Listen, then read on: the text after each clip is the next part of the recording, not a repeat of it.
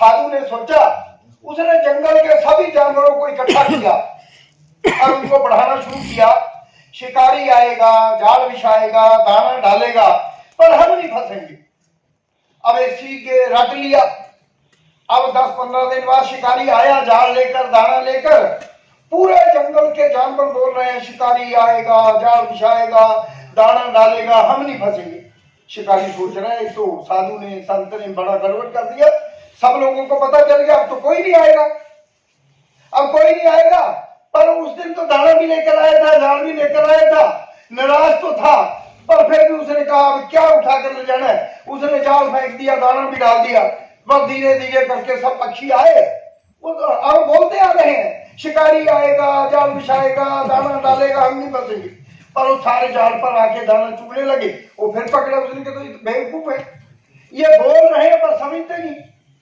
तो आज जब हम सवेरे टीवी ऑन करते हैं तो कोई ना कोई संत महात्मा बड़े उनका प्रवचन सुनते हैं। प्रवचन अगर पूरा सुनेंगे बहुत सुंदर उत्तम होता है, किसी का भी हल्का नहीं। लाखों की जनता उसको सुन रही है, परंतु समाज में बदल हो रहा है क्या?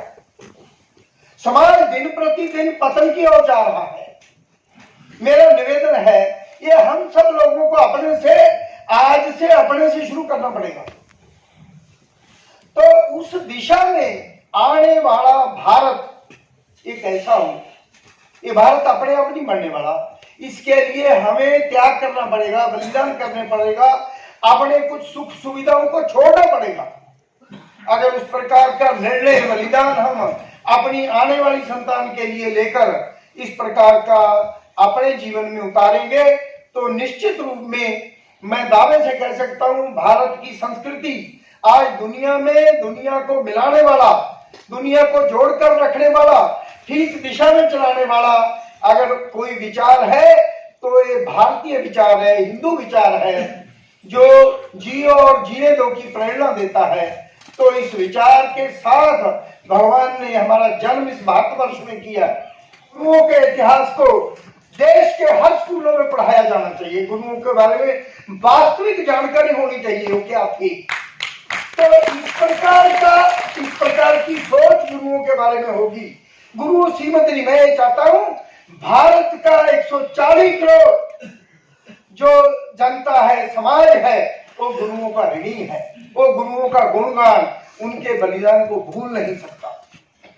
आज समाज के सामने होड़ लगी है, हमारी सरकार आएगी, हम ये चीजें माफ कर देंगे, हमें साइकिल दे देंगे, हम लैपटॉप दे देंगे, हम ये कर देंगे।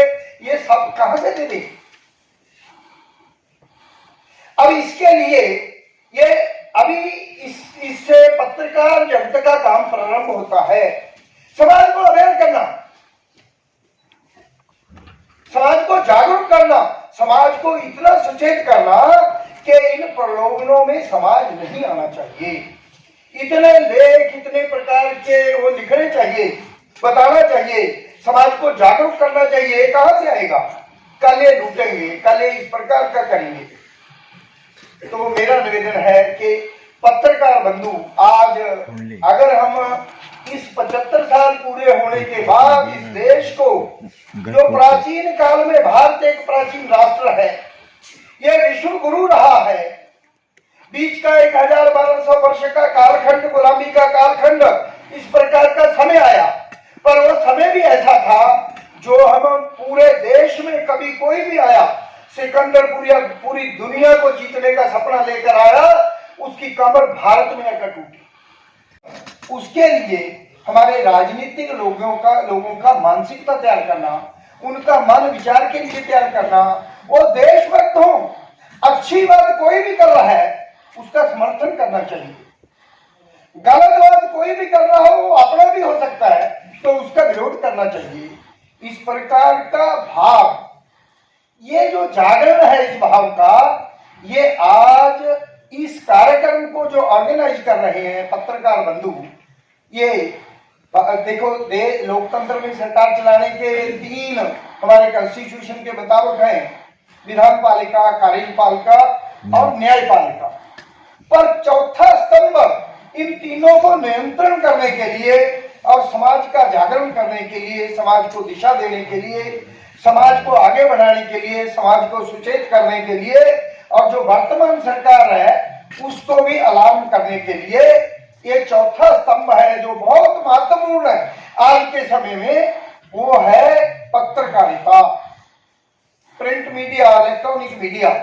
प्रिंट और इलेक्ट्रॉनिक मीडिया के बंधु अगर ईमानदारी से आज समाज में समाज जागरण का, और ऐसे सब लोगों को, अभी जैसे बहन सुनीता जी बोल रही थी, दर्पण राज्यसभा में कहा, not even a blade of grass grows there, ये भारत की धरती के प्रति देश के प्रधानमंत्री का प्यार है। तो इस प्रकार की सोच से देश की सुरक्षा नहीं हो सकती। 33 साल सरसंघ चालक रहे, देश का 66 बार दौरा किया। तो 66 बार दौरा करने वाला व्यक्ति देश के कोने कोने को बहुत अच्छे से जानेगा।